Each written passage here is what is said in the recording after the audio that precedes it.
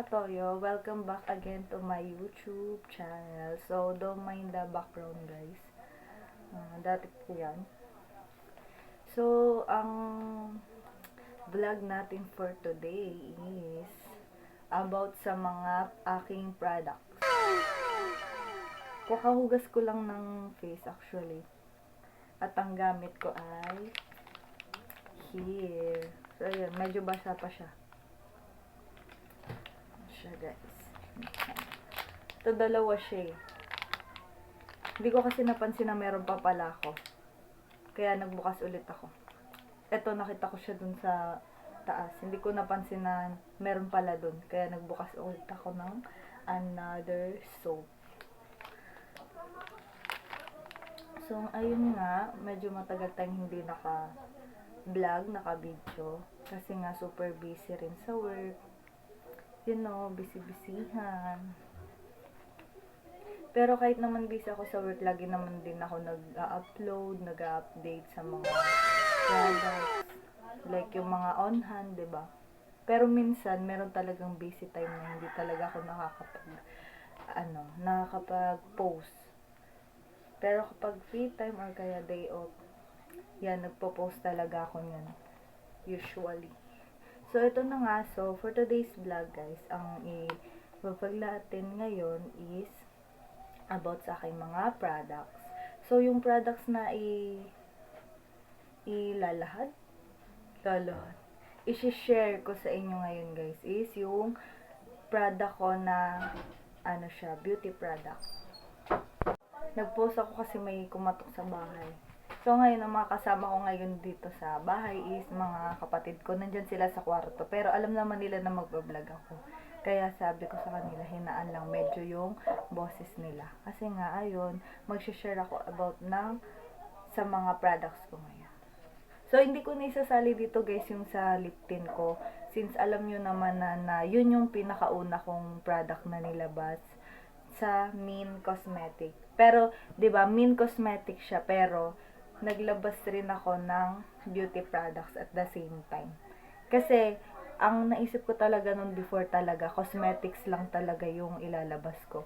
Pero since syempre, 'di ba, nag-iiba rin naman tayo ng plan, ganyan, kaya naisipan ko rin maglabas ako ng beauty products. And naisip ko na it comes with tomatoes. Kasi 'di ba, pag kahit i-search nyo guys yung tomato sa Google, maganda talaga siya sa skin natin. Compare kapag galing sa ibang gawa sa ibang mga kineme ganon. Word kineme. So ayun na nga, ipapaliwanag ko na sa inyo ang mga kanya-kanyang benefits nyo sa pagbili ng products ko. So, ayun pala guys, thank you pala sa mga bumibili sa akin. Kahit paunti-unti lang. Thank you so much. Lalo na yung lip tint ko, medyo medyo mabenta siya. Yung lip tint ko. Pero yung Iana's tint ko kasi, old packaging na siya. So, yung Iana's tint, 2020 yun nung nagsimula ako magbenta ng cosmetics ko. So, ang pinakauna kong product is yung Iana's Tint 2020. Tapos yung nakalagay pa doon is yung mukha ko talaga. Wait lang, check ko sa sa kwarto kung meron pa. Wait.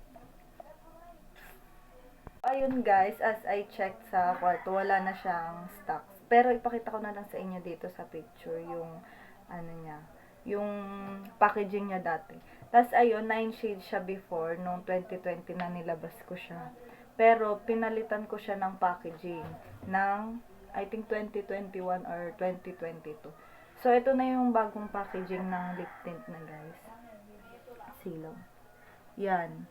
Kasi plan ko kasi yung mga products maging siya, color pink and white. Pero hindi ko favorite yung pink and white guys.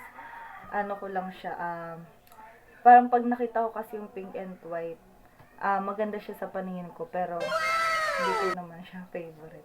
So, ito na yung bago niyang packaging, guys. Tapos, yung, niya pa rin, ingredients niya pa rin, parehas lang nung before. So, ang ingredients niya, ito is as aqua distilled water. So, Pag nakita nyo siya dito guys, binasa nyo yung ingredients, meron siyang distilled water. Which is kapag ginamit mo siya sa lips mo is, yung sa mga dry lips, hindi siya dry gamitin. Kasi meron kasing ibang lip tint kapag ginamit mo siya sa lips mo, nagbabakbak yung lips mo. Pero depende pa rin yun. Pero eto, yun talaga yung nirecommend ko dun sa gumagawa na ilagay niya sa lip tint. So, ayun. Pero ngayon, yung lip tint ko, guys, is 4 shades na lang siya. Ginawa ko na lang na 4 shades. Kasi before, may mga orange, ganyan. Kaya, parang parang ayaw nung mga tao yung shades. Pero, mas maganda pa rin naman na konti lang yung shades niya. Para, 'di ba pag namili yung mga customers, ganyan, hindi sila mahihirapan. Ang shades nito is red, burgundy, pink, and peach. So, 4 na shade siya. Ayun.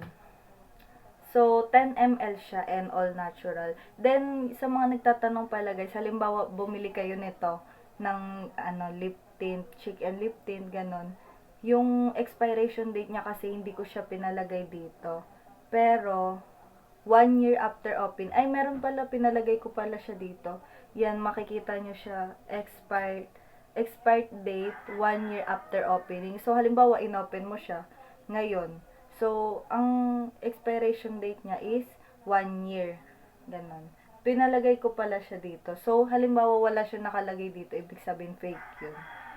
So, ito na. Mag-i-start na tayo, guys. Liwanag ko na sa inyo yung 4 na beauty products natin, which is yung tomato soap and toner, sunscreen, and serum. So, ang una is itong tomato soap. So, it comes with tomato siya, guys. So, nakaka-rejuve siya ng acne sa skin. So, ayan. Halimbawa, dry skin ka, or, yung skin mo, irritable sa mga ibang product na soap, try mo siya. Wala namang masama kung, 'di ba, kung itatry natin. Kahit isa lang, i-try mo. Kung hiyang ka goods, pero kung hindi, ganun talaga. Kasi yung skin natin, guys, meron talagang iba't ibang types. May iba't ibang types tayo ng skin. Merong hiyang tayo sa tomato, merong hiyang tayo sa ibang products. So, ayun, siya. May whitening effect siya na soap. Kasi nga, 'di ba, it comes with tomato. Tapos, yung ibang soap niya, guys, kasi yung iba kong binuksan na soap, may color pink, tapos yung iba naman is color white. So, normal yun siya kasi, siya nung ginawa siya is, blended by pink and white siya. Pero, amoy tomato talaga siya. Kasi, gawa talaga siya sa tomato. Pero, hindi ko lang siya nirecommend sa gumagawa sa manufacture na kulay orange na tomato. Pinagawa ko talaga siya na pink and white. Kasi nga, since gusto ko yung product ko, kulay pink and white. So, ayun. Kahit i-search nyo yan sa Google, guys, yung tomato, maganda talaga siya sa skin. Gamitin. So, ayun.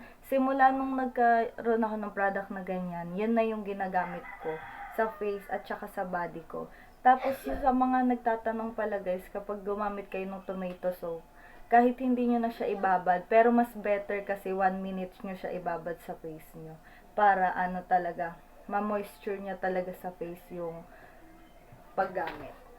So, ang pangalawa nating product is tomato toner. So, ito guys, ewan ko bakit, sobrang bango nito.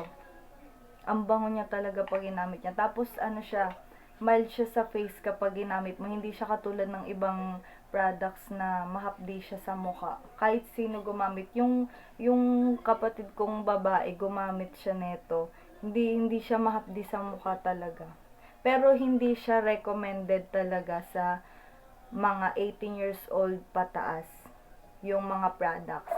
Pero nasa inyo yun kung gusto nyong gumamit. Kasi yung iba kasi, tinitake talaga nila yung advantage na gagamit sila. Pero, at the first place, hindi talaga pwedeng gumamit. Pero, nasa iyo kung gagamit ka or hindi. So, itong tomato toner is perfect siya gamitin, lalo na kapag may blackheads ka.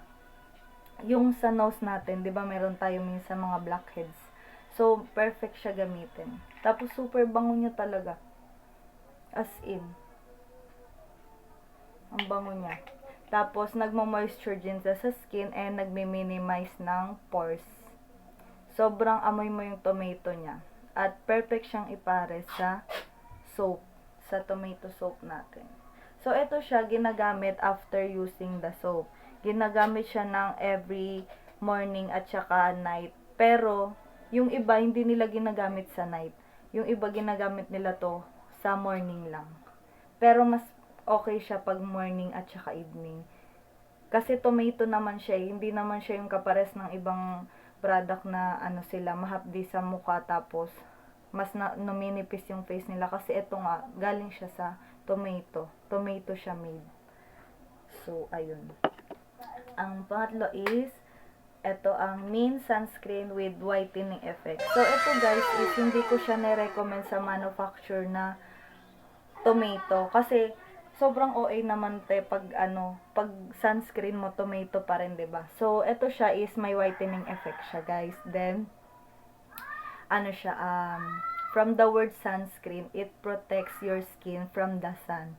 So, ang sunscreen kasi ngayon, guys, na talaga to. Talagang dapat useful na to sa araw-araw nating buhay kasi syempre yung araw guys, 'di ba, yung sun. So kailangan talaga meron tayong sunscreen sa face. Pwede siya i-apply sa face and pwede rin siya all over your body kapag halimbawa may swimming kayo, ganon. Pwede nyo siyang gamitin sa body niya. So, ito is, ilang ml nga to? 30 ml siya.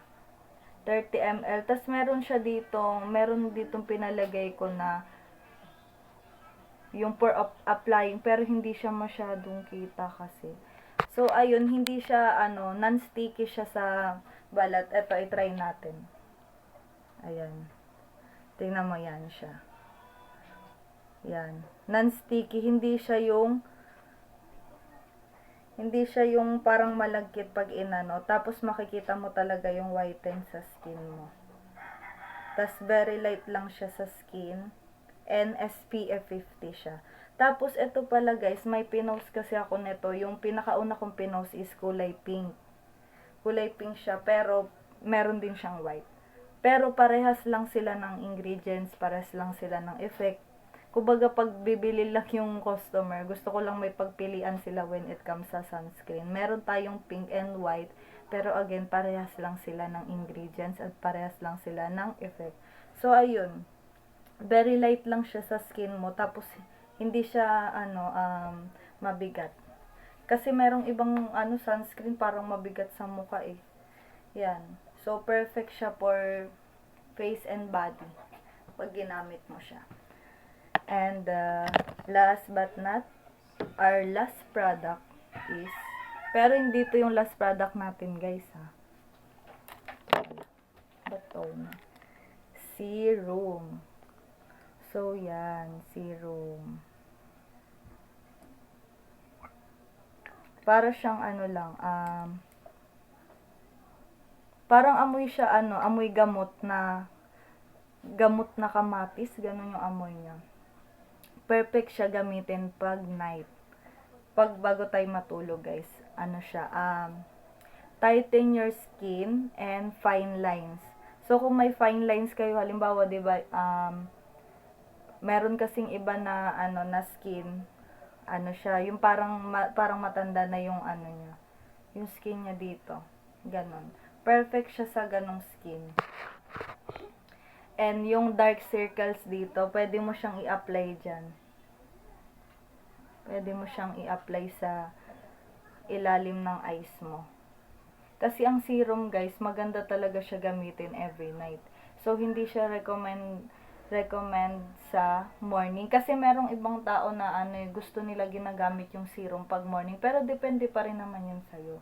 Pero mas better talaga itong tomato serum natin is gamitin siya every night bago tayo matulog.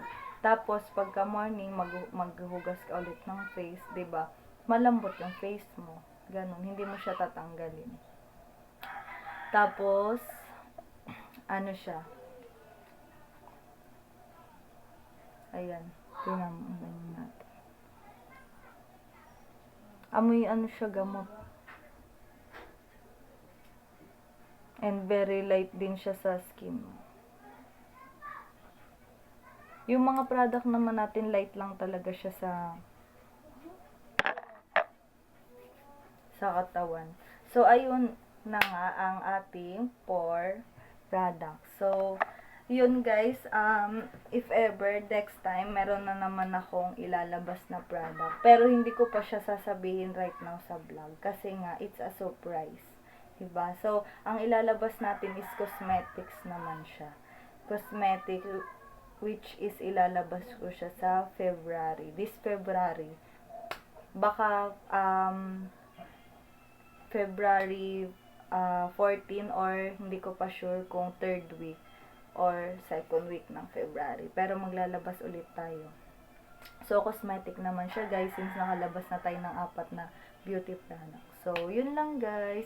Thank you so much for watching my vlog again. So, it's my vlog 28 at antayin nyo, babalik ulit ako.